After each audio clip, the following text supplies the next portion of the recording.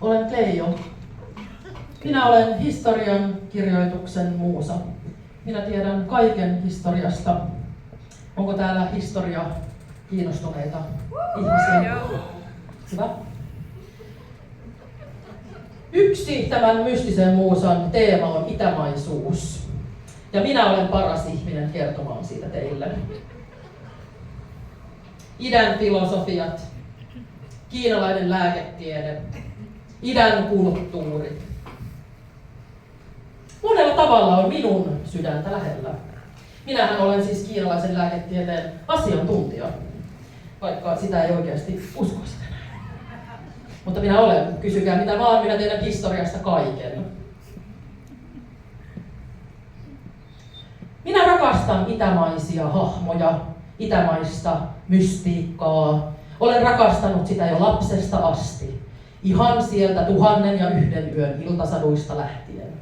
Itämaisuus vie minut mystiikkaan, kaikki ne ihanat filosofiat, kaikki se ihmeellinen maailma siellä, missä värit ovat värikkäitä, maut maistuvat ja musiikki. Minähän siis olen historioitsija, minä en heiluttele tuollain. Mutta olen täällä tänään edustamassa myös burleskitaidetta. Kyllä.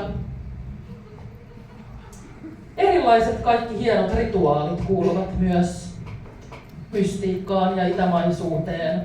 Meillä tulee olemaan tänään montaa, mutta joitakin rituaaleja. Ei nyt. Minä olen historioitsija, minä en tee rituaaleja. Mutta miksi minä historioitsija olen täällä? Minut valittiin, koska minä edustan kiinalaista lääketiedettä myös. Ja minä rakastan itämaista musiikkia, kaikkia sitä. No te tiedätte jo, minä kerroin jo. Minä olen historioitsija, minä olen erittäin tylsä. Tai siis, ei minä ole tylsä, minä olen vain vakavamielinen. Vaikka minä olen vähän hullu päästäni, siis en minä, mutta joka asuu sisälläni. Se, joka ei pääse nyt ulos, koska minä olen Kleijo. Ei päästetä häntä.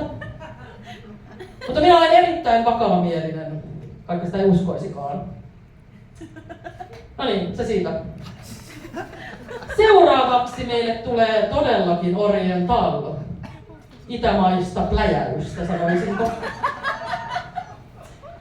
Tämä ei ole naurukas ja minä olen historioitsija. Mutta meille tulee seuraavaksi miekkatanssia kuin unelmat todeksi. Onko kukaan nähnyt miekkatanssia? No, sanokaa. No niin, suurin osa ei ole.